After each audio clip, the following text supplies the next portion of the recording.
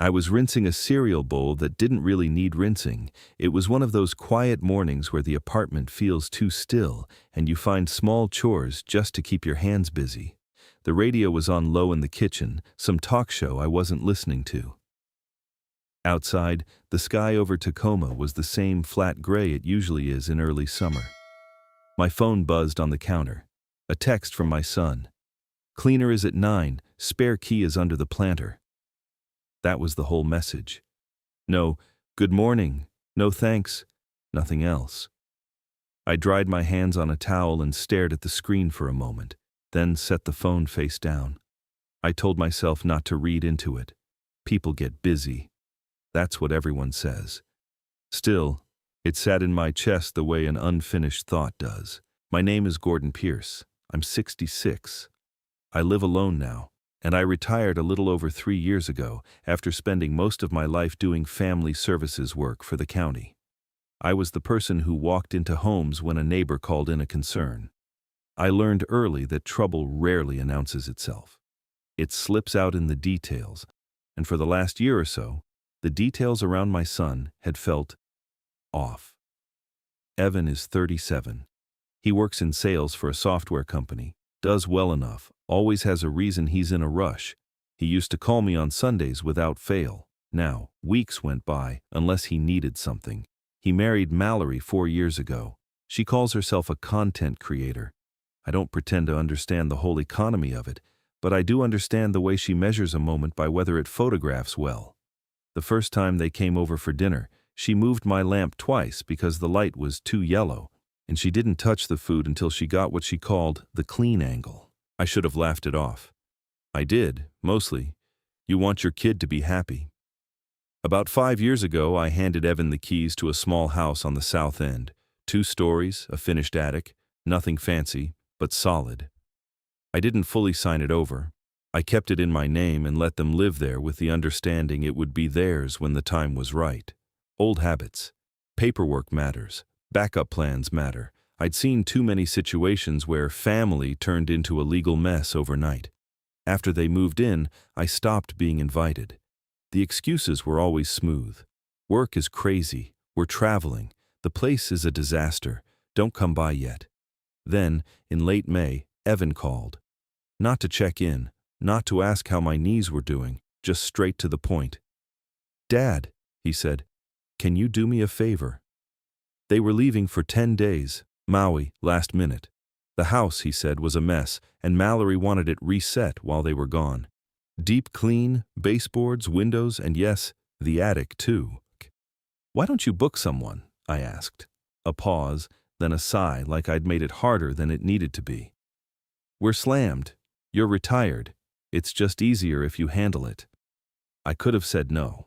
I should have said no. But you don't stop wanting to be useful to your child just because he's grown. So I called Nina Alvarez, a woman I knew from years back who'd left county work and started her own small cleaning business. Nina was steady, practical, not easily rattled. If she said a place needed attention, it needed attention. She agreed to start the next morning. On June 12th, I drove out to Evan's house to let her in. They were already gone. The neighborhood was quiet, sprinklers ticking, the smell of fresh-cut grass hanging in the air. Inside, the place looked staged, white walls, gray furniture, candles that never seemed to have been lit. Photos of Evan and Mallory everywhere, trips, dinners, smiling faces. Not one picture with me, not even an old one. Nina walked through without comment, just taking notes in her head the way professionals do. "Attic too?" she asked, looking up at the ceiling access in the hall. "That's what they said," I told her. I left her with the spare key and drove back to my apartment, telling myself it was just cleaning, just a job, just another favor. I'd been home maybe an hour. I was sanding an old side table on my balcony, the kind of mindless work that makes time feel smooth. Dust in the air, the steady rasp of sandpaper. Then my phone rang. Nina's name. I answered on the first ring. "Mr. Pierce," she said, and her voice wasn't the voice of someone calling about a broken vacuum. It was thin and tight, like she was trying not to breathe too loudly. "I need you to come back here." My hand stopped mid-motion. The sandpaper slid off the wood. What happened? There was a short pause on the line, and I could hear her swallowing. "Someone is crying," she said. "Up in the attic. I thought it was a TV at first. It's not. It's a child. I think it's a child." For a moment I didn't speak. I didn't ask her to repeat it. I'd heard enough crying in my life to know what she meant by that tone. "I'm on my way," I said. "Don't go up there again. Stay downstairs. Just stay where you are." I grabbed my keys, my wallet, and without thinking, the manila folder that was sitting by my front door. Papers I'd been meaning to file. Something I'd pulled from my cabinet the night before and never put away. I don't know why I took it. I just did. Then I locked the door behind me and drove back to my son's house with my jaw clenched and my mind completely quiet, the way it gets right before something changes. The drive out felt shorter than it should have, not because the distance had changed, but because my mind refused to wander. Every time a thought started, maybe it's a neighbor kid, maybe it's nothing, something in me shut it down. I'd learned over the years that hoping doesn't help. You show up, you look, you deal with what's in front of you. When I pulled onto their street, Nina was standing on the front step, phone in her hand like it might fall if she loosened her grip. Her face was pale, and she had that fixed look people get after they've heard something they can't unhear. "It's still happening," she said, before I even asked. It stopped for a bit, then started again, like someone trying to be quiet. I nodded once. No dramatic reaction. No questions I couldn't afford. I unlocked the door and we went inside. The house smelled faintly like lemon cleaner and something sweet, one of Mallory's candles probably. The air conditioning was running. Everything felt normal in the way a room can feel normal, right before it isn't. Then I heard it. Soft. Uneven. A child's crying, pulled down tight, like it was being swallowed. The attic access was in the hallway ceiling, a pull-down ladder with a thin cord hanging down. Nina hung back near the entryway, and I didn't blame her. I'd told her to stay downstairs, and in my head I meant it, but I also knew she wouldn't leave me alone in it. I tugged the cord. The ladder unfolded with a stiff creak that sounded too loud in the silence. I looked up into the dark rectangle of the opening. Warm air drifted down, carrying a stale smell, cardboard, dust, old insulation. "Stay right there," I told Nina quietly. She nodded, wide-eyed. I climbed. At the top, I paused, letting my eyes adjust. There was a small round vent window at one end. Light came through it in a thin gray oval, just enough to show outlines. Boxes along the sides, plastic storage tubs, a collapsed baby gate leaning against a stack of suitcases, and the sound, more distinct now, coming from the far corner. Not from the center of the attic, but from behind something. I moved slowly, careful where I placed my weight. The attic floor had plywood panels, some areas sturdier than others. I didn't want to crash through the ceiling like an idiot. I'd seen enough people turn a bad situation into a worse one by moving too fast. As I got closer, I saw what didn't belong, a freestanding wooden wardrobe, old, scuffed, the kind you'd see in a basement or an antique shop. Not something a person like Mallory would keep around unless it was vintage enough to photograph. But this wasn't decorative. It was shoved into the corner as if it was meant to disappear. The crying was coming from inside it. I stood there for a second with my hand hovering near the door handle. There's a strange thing that happens in moments like that.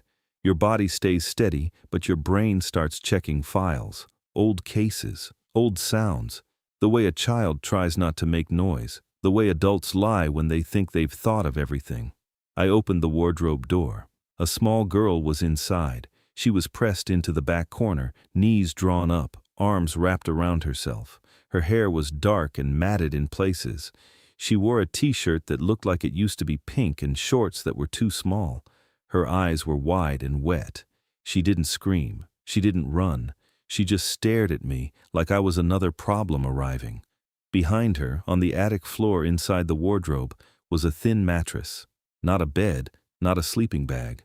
A mattress that looked like it had been dragged up here and forgotten. A plastic cup. A bottle with a little water left. A disposable plate with something dried and stuck to it. I didn't step inside. I didn't reach for her. I crouched down where I was, making myself lower, smaller, the way you do when you don't want to loom. "Hey," I said softly. "It's okay. I'm not here to hurt you." She flinched anyway, like she was trained to. "I'm Gordon," I continued. "I'm a friend of the cleaner. Nina's downstairs. She heard you and got worried." The girl's breathing was quick, shallow. She wiped her cheek with the back of her hand, leaving a streak of dust. You're not them," she whispered. "No," I said. "I'm not." She stared at me like she was trying to decide if my voice matched danger. "What's your name?"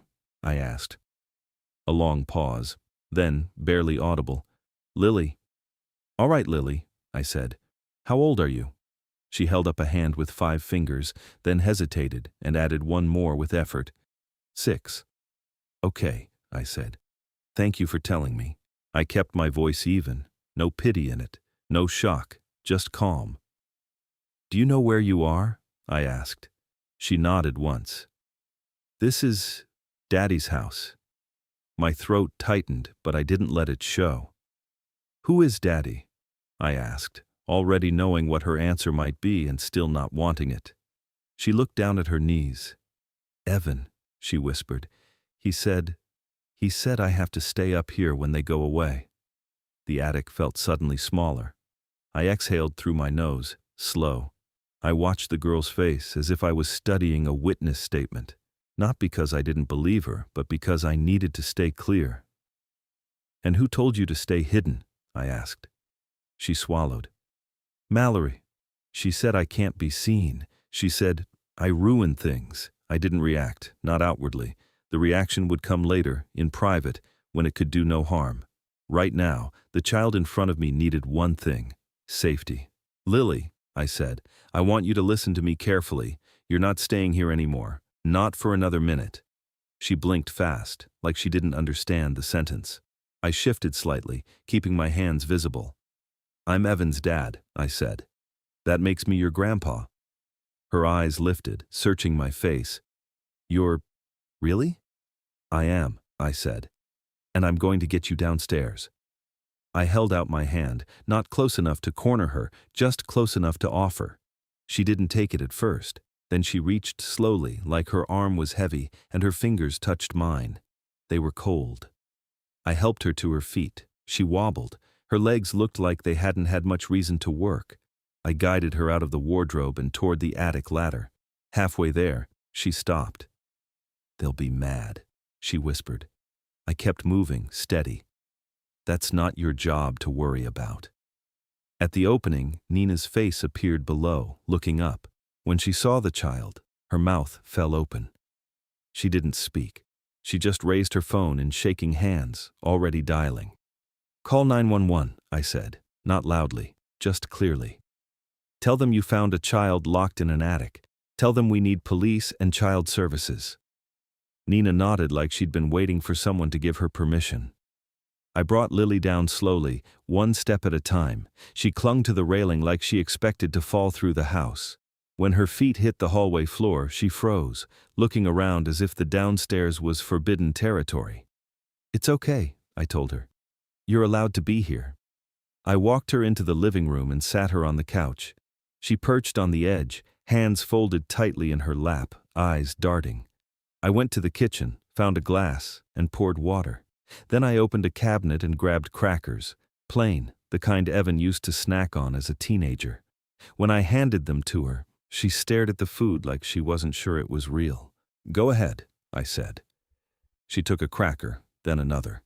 She ate fast, but quietly, like she didn't want to be noticed even now. The sirens were still distant. Nina was near the front door, speaking to the operator in a low voice, repeating the address carefully. I sat down on the coffee table across from Lily, not too close. Close enough that she didn't feel alone. "What's your full name?" I asked gently. "If you know it." She hesitated. "Lily. Lily Harper." "Okay," I said. "That helps." She looked at me again, still cautious. "Am I in trouble?" "No," I said. "You're not in trouble." I kept my voice steady and watched her shoulders drop a fraction, like her body wanted to believe me even if her mind wasn't sure yet. Outside, the siren sound grew louder. Then, as I waited, I noticed something on the hallway console table, an envelope half tucked under a stack of mail, white, plain, with my son's name typed neatly on it. It looked official. I didn't pick it up. Not yet. I just sat there in the quiet seconds before the front yard filled with flashing lights, and I listened to Lily breathe, and I made myself a promise I didn't say out loud. The first patrol car pulled up with its lights on, but no siren. The sound had been cut a block away, like the officers didn't want to set the whole street off. A second car followed. Then an unmarked white SUV that I recognized immediately, even before I saw the logo on the door. Department of Children and Family Services. Old instincts don't disappear. They just wake up. Nina opened the door before anyone knocked. Her hands were still shaking, but she stood her ground and pointed into the living room without saying much. She didn't need to. The situation spoke for itself. An officer stepped in first, mid-40s, calm face. He scanned the room in one sweep, taking in Lily on the couch, me sitting forward with my hands visible, Nina near the door. "I'm Officer Bennett," he said, tone neutral. "Who called?" "I did," Nina said quickly, then looked at me like she didn't want to talk anymore. "I'm Gordon Pierce," I said. "This is my son's house." Officer Bennett's eyes flicked to Lily. He softened his voice without turning it into baby talk. "Hi there. What's your name?" Lily didn't answer. She held her cup with both hands and stared at the carpet. "That's okay," he said gently. "You don't have to talk right now." Another woman stepped in behind him, holding a tablet and a slim folder. Late 30s or early 40s, hair pulled back, county badge clipped to her belt. She took in the room with the kind of quiet focus I knew well. Her name tag read, Kendra Lewis. She looked at me for half a second longer than she looked at Nina, as if she was placing my face in memory. Then it clicked. "Gordon Pierce," she said quietly. "You worked case support with the county before you retired." "I did," I said. Her expression didn't change much, but the tone did. She knew I wasn't guessing. She knew I understood process. "All right," she said, already shifting into procedure. "We're going to take this step by step." That was the first moment things moved from shock into structure. Kendra crouched a few feet from Lily, keeping space. "Hi, sweetheart. I'm Kendra. My job is to help kids be safe. Do you feel okay sitting here, or do you want to move somewhere quieter?" Lily glanced at me. A quick look like she was asking permission. "It's okay," I told her. "You can sit right here." Kendra nodded, then stood and turned to Officer Bennett. "We need to see where she was staying." "I'll take you," I said. Nina started to speak, maybe to offer to come too, but Kendra gave her a small look that said, "Stay here." Nina stayed. I led them to the hallway. Bennett pulled the ladder down, and I went up first, the officer behind me, Kendra last. They moved carefully, professional, not rushing. The attic felt hotter now, like the air had thickened. The wardrobe was still open. Officer Bennett leaned in, looked at the mattress and the plates, the water bottle, the cramped space.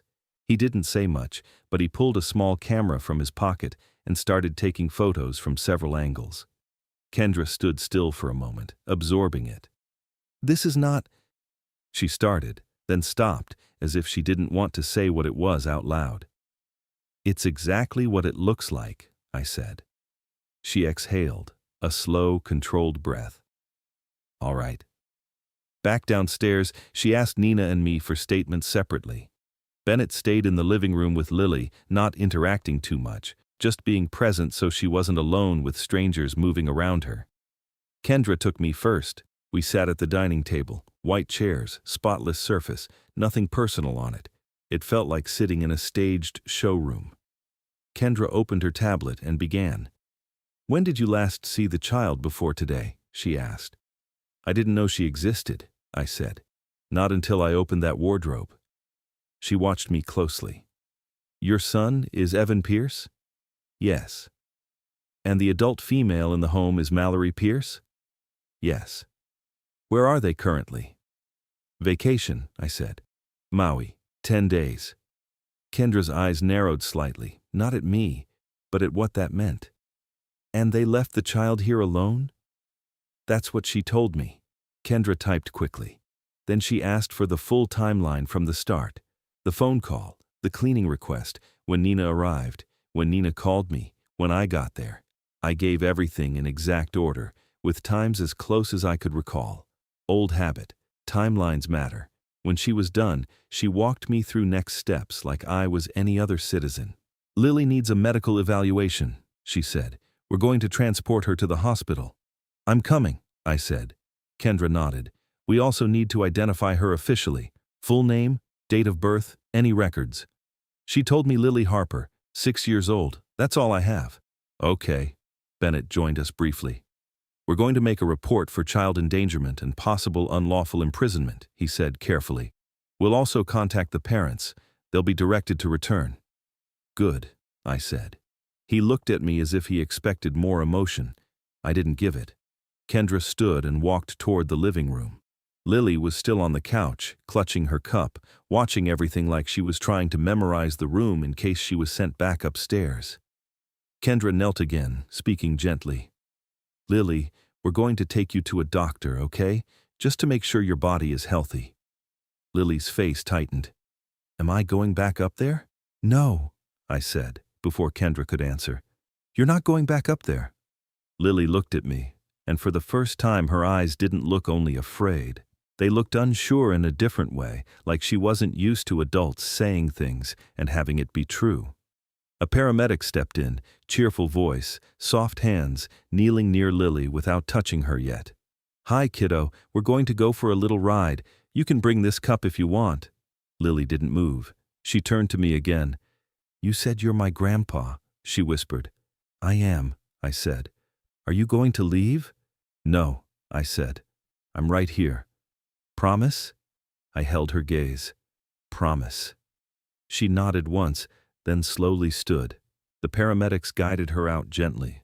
She looked over her shoulder twice, like she expected someone to call her back into the house. As we walked out to the ambulance, I saw neighbors peeking through curtains and standing behind their screen doors. No one came over. They just watched. That's how people do it now, observe from a distance and decide later what story they want to tell themselves. I followed the ambulance to the hospital in my car. At the first red light, my phone buzzed twice. A text from an unknown number, then another. I didn't open them. Not while driving. Not while my hands were already tight on the wheel.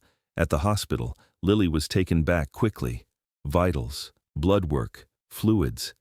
Kendra stayed on site and began making calls. Officer Bennett filed his initial report and stepped out, presumably to coordinate next steps with his supervisor. I sat alone in a plastic chair in the waiting area, listening to the soft hum of vending machines and the occasional announcement over the intercom. After about 20 minutes, Kendra came back and sat beside me, her tablet on her lap. We pulled a preliminary match, she said quietly. There is a record of a child named Lily Harper in the system. My stomach tightened. Mother deceased, she continued, voice controlled. 2 years ago. Your son was granted custody, no active restrictions, no open investigations. I stared straight ahead. 2 years. 2 years my son had been legally responsible for a child I didn't know existed. Kendra scrolled again. There's also a financial component. I'm seeing a child benefit account in the child's name, regular deposits. We'll need to determine who had access.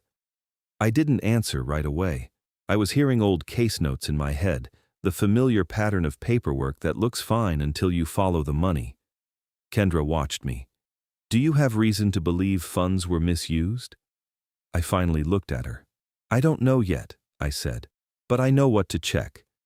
She nodded, as if that was exactly what she expected from me. That was the shift. Not anger, not a scene, just clarity. Kendra tapped a few things into her tablet, then turned the screen slightly toward me.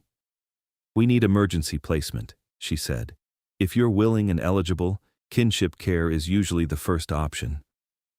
I'm willing, I said. Kendra didn't smile. She just made a note. Then we start the process tonight. A nurse approached and called my name. "Mr. Pierce, you can come back for a moment." I stood, and Kendra stood with me. As we walked toward the hallway, my phone buzzed again. This time, I looked. The unknown number was Evan. One line on the screen: "What did you do?" I put the phone back in my pocket without replying and kept walking toward the nurse's station. The nurse led me down a quiet hallway that smelled like disinfectant and warm plastic. The lights were too bright, the kind that make every surface look sterile and every person look tired. She stopped outside a small exam room and pushed the door open part way. Lily was on the bed with an IV in her arm. She looked smaller in a hospital gown, like the fabric had swallowed her. A stuffed bear had been placed beside her, and she had one hand resting on it as if it was the only solid thing in the room. Her eyes found me immediately. "Grandpa," she said, soft, like she was still testing the word. "I'm here," I told her. I didn't go in too fast. I didn't crowd her. I just took a chair and sat near the bed where she could see me. The nurse spoke in a calm, practiced voice.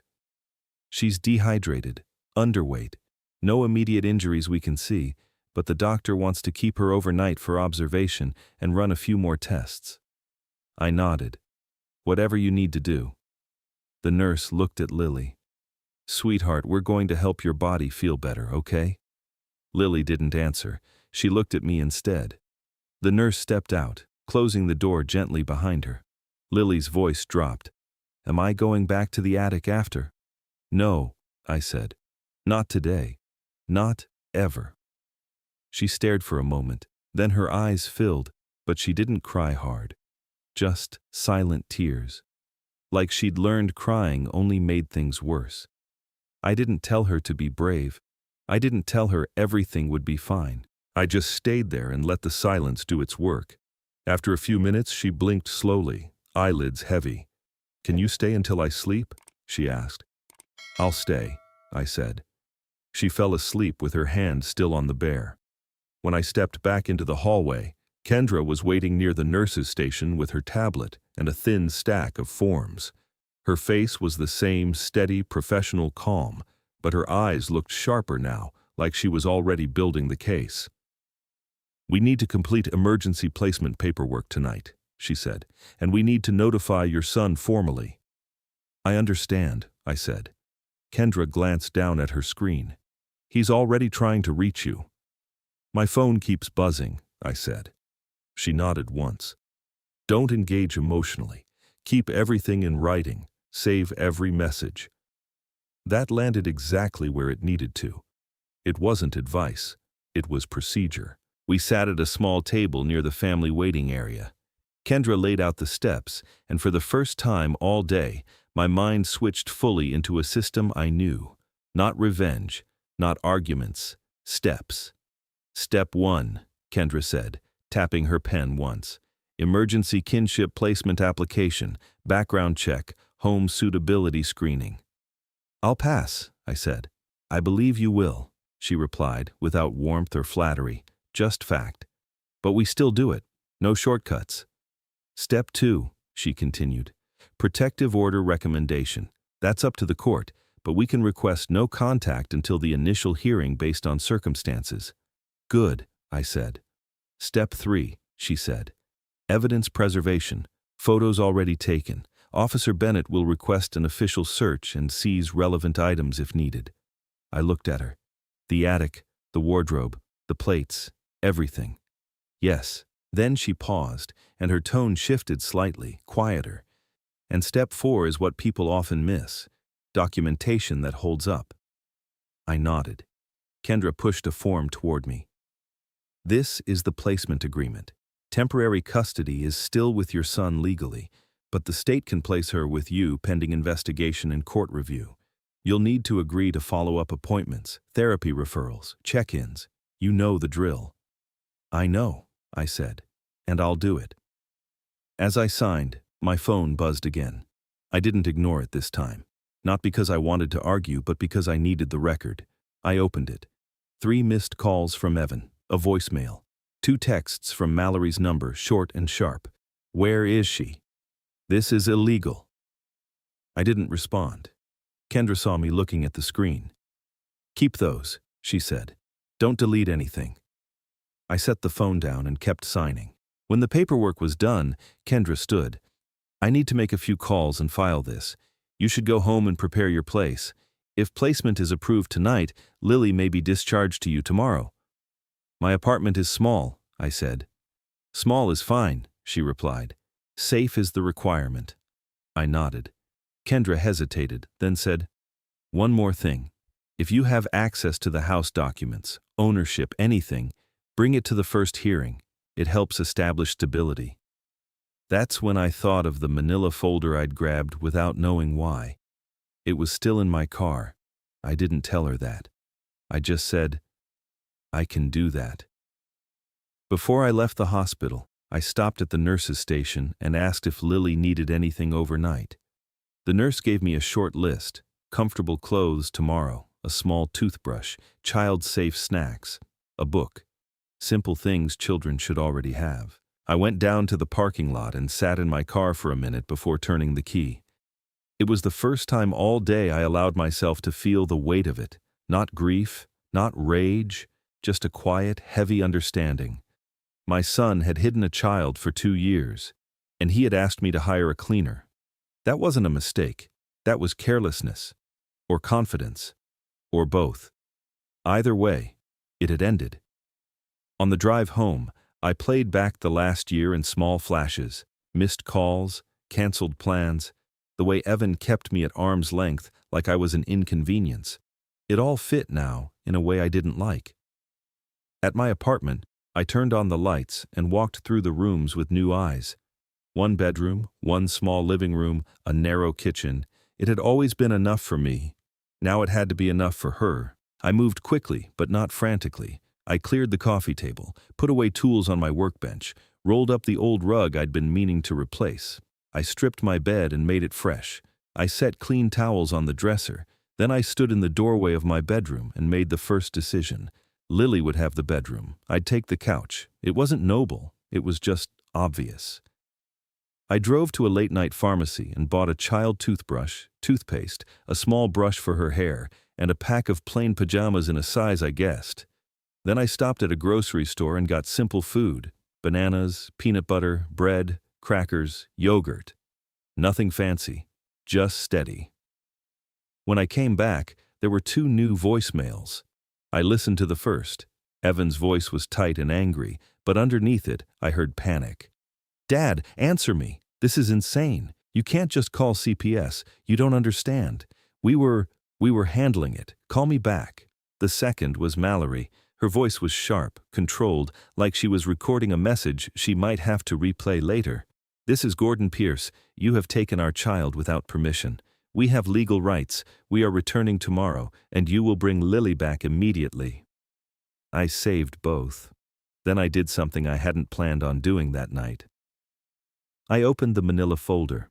Inside were older documents I'd pulled out recently: property records, the house insurance paperwork, and a few things I'd kept from years in county work: templates, checklists, notes on process, stuff most people throw out, stuff I never fully stopped valuing. And tucked into the back of the folder, because I'd put it there months ago and forgotten, was a spare copy of the home security system setup sheet for Evan's house. Not the code itself, but the model, the service provider, and the account registration name.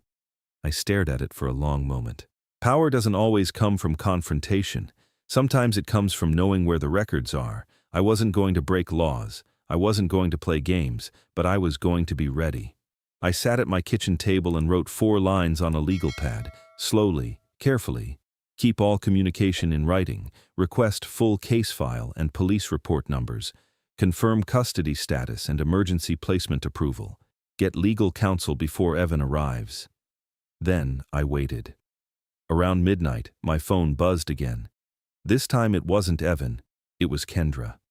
Placement approved. Lily can be discharged to you in the morning. Arrive 9 a.m. Bring ID. I stared at the message until my eyes stung. Then I set the phone face down on the table, walked into the bedroom, and stood there in the quiet, looking at the freshly made bed.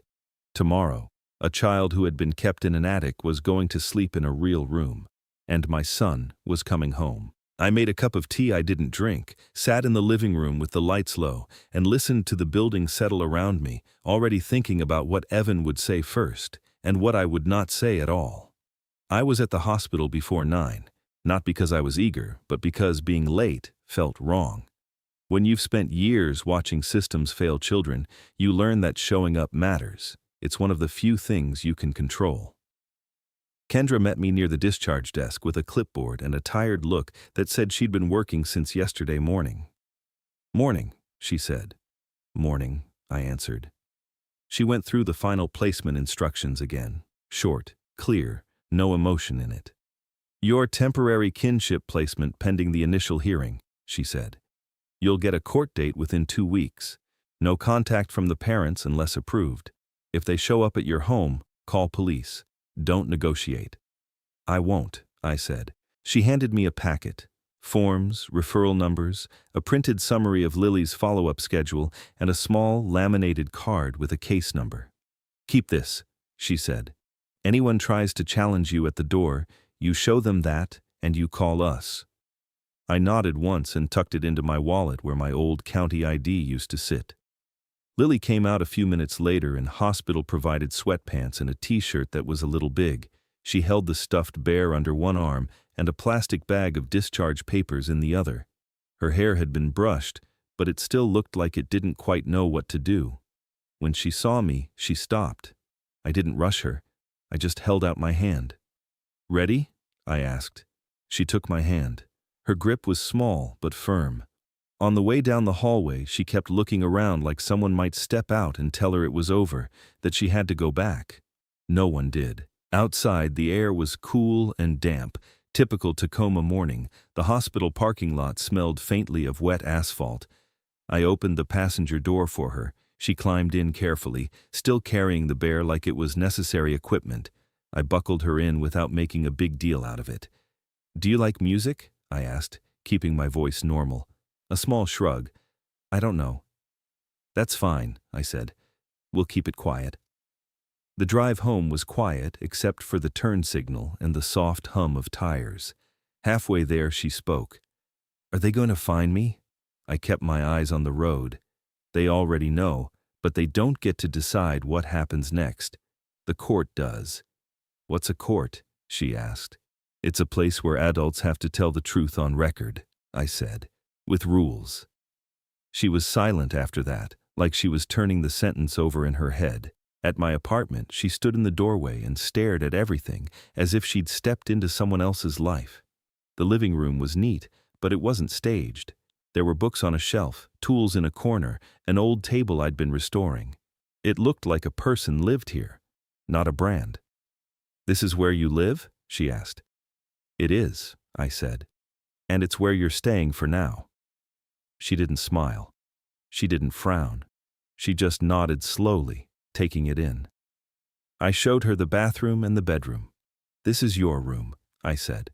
She stepped inside, slow.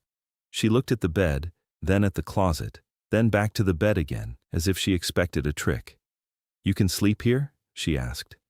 "Yes," I said. "This is yours." She put the bear on the pillow, carefully, like she was arranging something important. Then she turned and looked at me. "Do I have to be quiet?" "No," I said. "You don't." Her eyes tightened slightly, and she blinked fast. Then she looked away, like she didn't want me to see what that meant. I made her a simple breakfast, toast with peanut butter and a banana.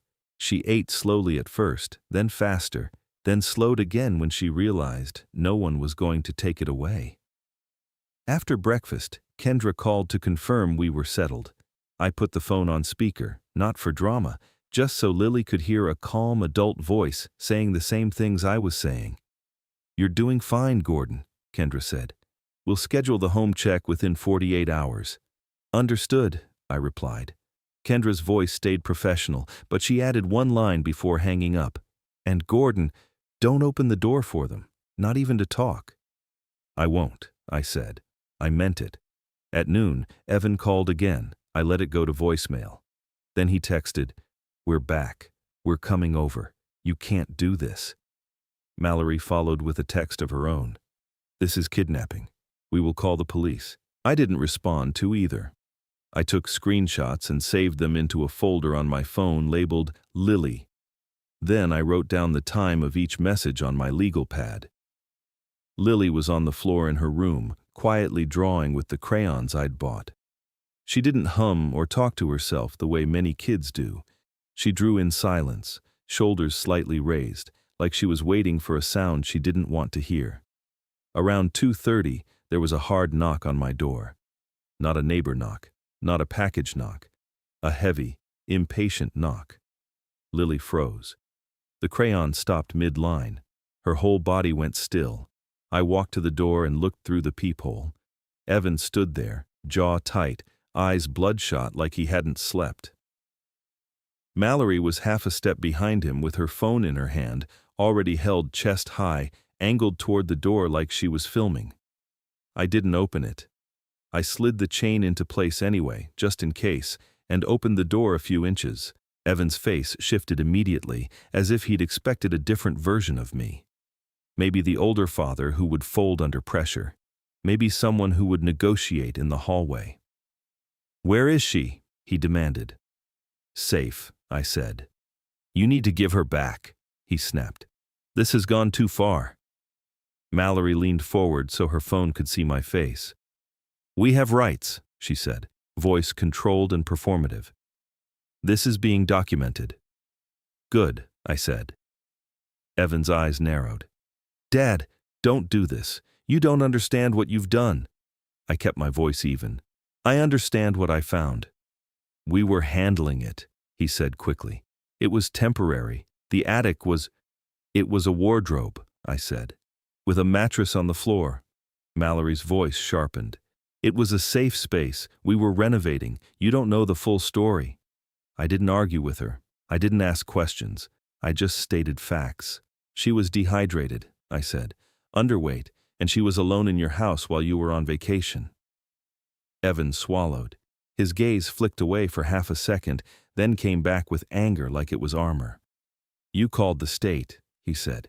"You embarrassed us. You ruined everything." "You did that," I replied. Mallory stepped closer, phone still up. "You've always hated me," she said, voice rising slightly. "This is personal. You're using her to punish us." I looked at her calmly.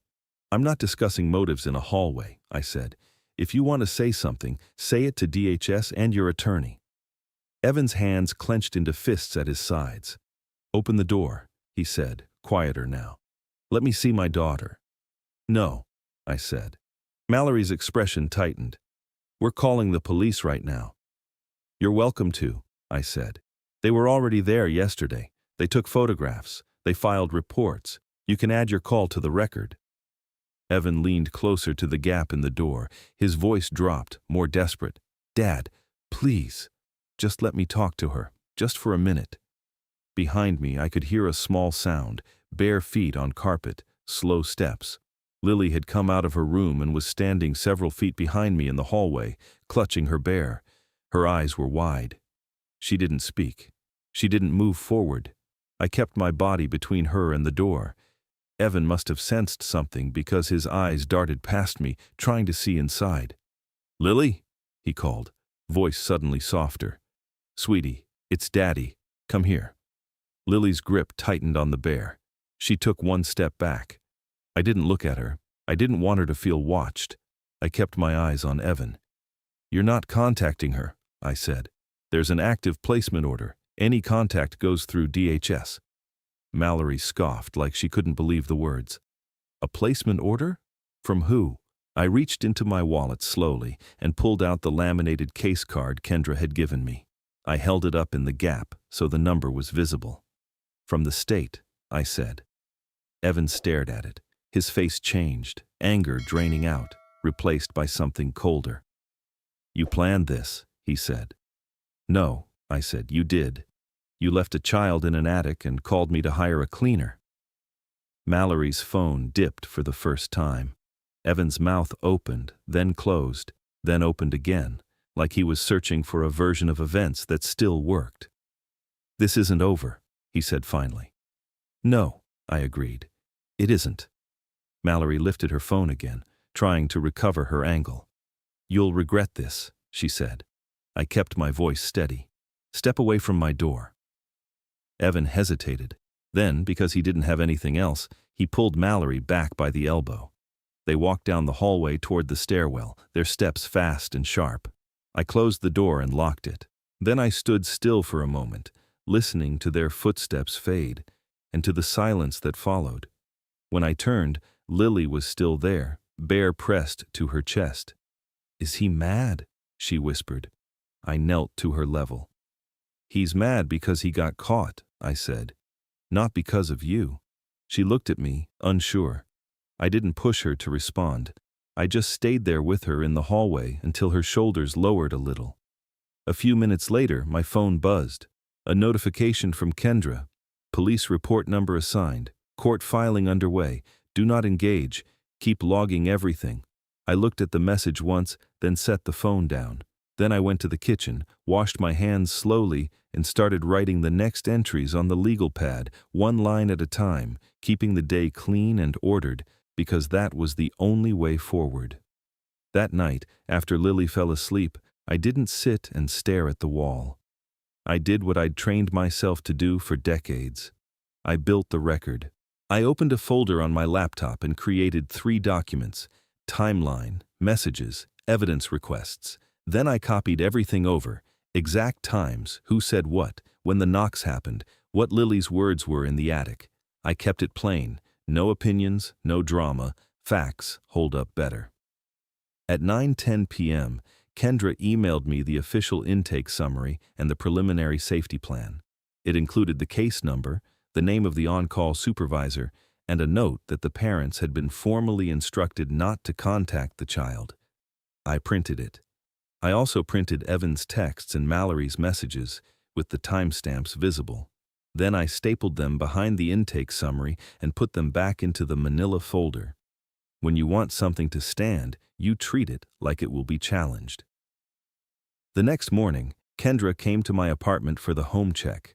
She walked through slowly, checking basics: sleeping arrangement, food, medication storage, exits, smoke detector. Lily stayed near me, watching Kendra closely, but she didn't look afraid of her. That was something. Kendra crouched near Lily once and asked gently, "Do you feel safe here?" Lily hesitated, then nodded. Kendra didn't make a big deal of it. She just typed a note and moved on. Before she left, she said, "Court should schedule within 10 business days. You'll receive a notice. In the meantime, I want you to be prepared for Evan and Mallory to escalate." "I am," I said. She looked at the manila folder on my table. "Good." That afternoon, I got a call from a family law attorney I'd worked alongside years ago, Marianne Holt. I didn't call her as a favor. I called her because I knew I needed representation before Evan's version of the story got too loud. Her assistant squeezed me in for a consult the following morning. Marianne's office was plain: no flashy furniture, no framed motivational quotes, just organized stacks of files and a clean desk. She listened without interrupting. When I finished, she asked only a few questions, all practical. "Is the child on a current safety plan?" "Yes." "Do you have the police report number?" "Yes." "Do you have the photographs and medical discharge summary?" "Not the photographs yet. Discharge summary, yes." "Any written communication from the parents?" "Yes." I slid the printed messages across the desk. Marianne read them, then looked up. "They're already making the worst mistake," she said. "They're treating this like a reputation crisis." I nodded. "That sounds right." She leaned back slightly. "Here's what we do. We don't argue with them. We don't trade statements. We let third parties speak." She took a pad and wrote as she talked, then turned it toward me. "Emergency guardianship petition in parallel with the state placement. Request for no contact order until evaluation and hearing. Subpoena banking records tied to the child benefit account. Request the full welfare case file and police evidence log. Document Lily's progress and needs through medical and therapy records." I read the list once. It was clean. It was structured. It was exactly the kind of process Evan couldn't out-talk. "What's your retainer?" I asked. Marianne told me. It was painful, but not impossible. I'll pay it, I said. Good, she replied. And Gordon, do not meet them in person again. I won't, I said. 2 days later, the first hearing date came through. June 26th, 9 a.m., County Family Court. I circled it on the calendar and didn't tell anyone except Marianne and Kendra. Evan and Mallory didn't stay quiet in the meantime. They went loud. Mallory posted a video. She'd kept her phone trained on herself, eyes glossy, voice trembling just enough to feel believable. She didn't name me, not directly, but she talked about family betrayal and a child being taken and false accusations. She used phrases that sounded like they were pulled from someone else's script. Evan posted a short statement on his social media too, something about private matters and misunderstandings. It worked on a few people for about an hour. Then someone found the public incident log. Then someone else posted that the police and child services had responded to the home. Then the comments started turning. Mallory deleted the video by that night. I didn't watch any of it. Marianne advised me not to. Kendra advised me not to. The court doesn't care about tears on camera. The court cares about records. A week before the hearing, Kendra forwarded a document titled Financial Review Request Approved. It wasn't the full report yet, but it meant the department had cause to dig into the child account. That mattered, because the attic was bad enough. But money leaves a trail even when people try to hide it. In the days that followed, Lily's routine began to settle. It wasn't cheerful, not yet, but it was steadier. We ate breakfast at the table. I walked her to a small daycare program Kendra had helped me arrange. The first morning, she wouldn't let go of my hand at the door. It's just for a few hours, I told her. Then I come back. She looked up at me. Promise?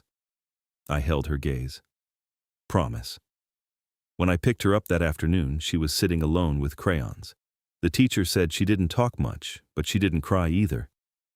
That's progress, the teacher said quietly. At home, Lily started asking small questions that children ask when they're testing a new reality. Can I open the fridge? Yes. Can I go to the bathroom without asking? Yes. Can I take this blanket to my room? Yes, yes, yes. On the night before the hearing, she woke up once and walked into the living room holding the bear. Bad dream, she said. I sat up on the couch. Come here. She climbed up carefully and sat close enough that her shoulder touched mine. She didn't want a hug. She just wanted a person. After a few minutes, her breathing slowed. In the morning, I left her with my neighbor, Mrs. Dyer, a retired school aide who had offered help without pushing. Lily seemed to trust her in a quiet way. At court, Marianne met me outside the courtroom. Evan and Mallory were already there with a lawyer I didn't recognize. Someone in a sharp suit, looking irritated, holding a thin folder like he expected an easy win. Evan avoided my eyes at first. Mallory didn't. She stared like she wanted a reaction for her internal camera. She didn't get one. The hearing started on time. The judge, Judge Warren, was older, calm, and direct. He didn't look interested in theater.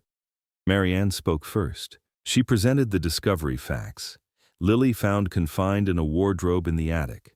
Medical findings of underweight and dehydration, police and agency reports, the emergency placement order, and my suitability as kinship placement. Then she handed up a neatly printed timeline. Judge Warren read without expression.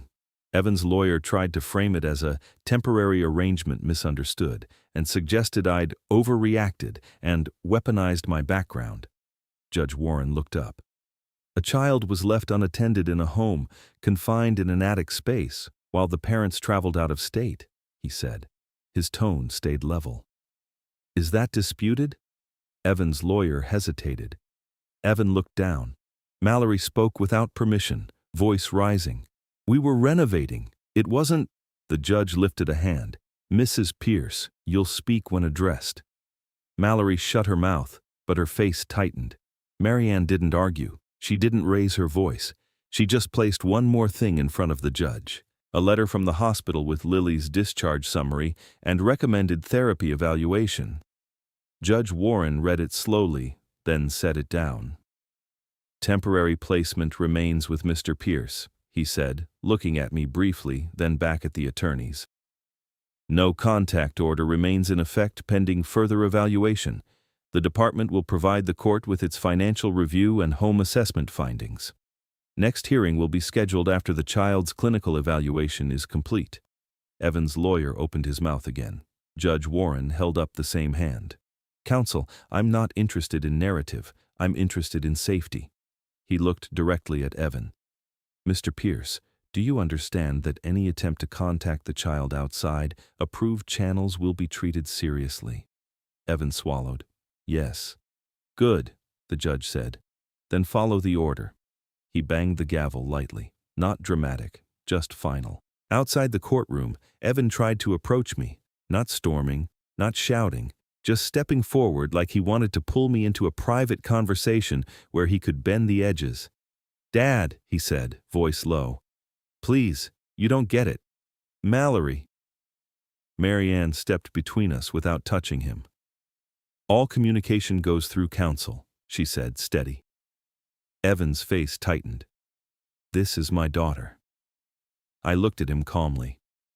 Then you should have acted like it. Mallory hissed under her breath, something sharp and small. I didn't respond. We walked out. That afternoon, Kendra emailed the first portion of the financial review. It wasn't a full audit, but it was enough to show the pattern. Deposits made in Lily's name. Regular withdrawals routed into accounts Evan controlled. Expenses that didn't match childcare.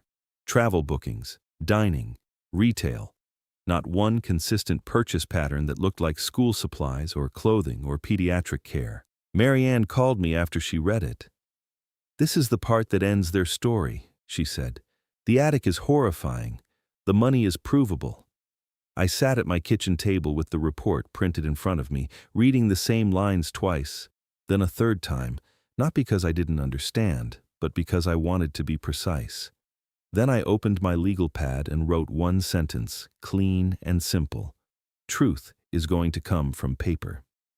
And in the next room, Lily was quietly stacking crayons by color, like order was something she could finally trust. By early July, the apartment stopped feeling like a temporary setup. Not because everything was perfect, but because the days started to repeat in a steady way. Lily woke up at the same time most mornings. We ate at the table, I walked her to daycare, I picked her up, we came home, we kept things simple. There were still hard moments. She didn't like doors closing fully. She didn't like dark hallways. If I stepped into the bathroom and shut the door, even for a minute, she'd sometimes stand outside it and wait in complete silence until I came back out. Not crying, just waiting. I stopped closing the door. Instead, I kept a small nightlight on in her room. I left her bedroom door cracked the way she liked. I put a small hook by the entryway for her backpack and a little tray for her shoes so she could see where her things belonged. Order is calming for kids who've lived without it.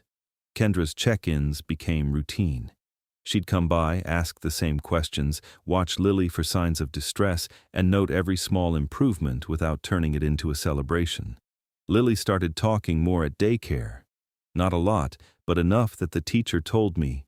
She answered another child today. She said her favorite color is green. It was the first time I'd heard her claim something as hers. Therapy started the second week. A child psychologist named Dr. Sato met Lily twice a week in a small office with toys and art supplies. I stayed in the waiting room. I didn't hover. I didn't try to pull details from Lily afterward. If a child is finally safe, they need space to let their mind catch up. The legal side moved the same way, slow, predictable, paper-driven. Marianne filed for formal guardianship. The department submitted its full financial review. The police report expanded into a larger investigation. Evan and Mallory's lawyer tried to suggest it was miscommunication, that the grandfather is overstepping, that social media harassment was making the parents look worse than they were. But every time they leaned on narrative, Marianne leaned on records, dates, amounts, photos, medical notes, the placement order. No one in court seemed interested in performance. One afternoon, about 3 weeks after the first hearing, Marianne called me while I was rinsing dishes. "Gordon," she said, "the updated financial tracing came in." I dried my hands and sat down. The total amount diverted from Lily's account over the last 2 years is higher than the preliminary, she said. Just over 31,000. I didn't say anything for a moment. Not because I was shocked, because I wasn't. I'd seen it too many times. People taking from the child because the child can't fight back. Marianne continued. The DA's office is reviewing potential charges. I can't promise anything, but this is strong.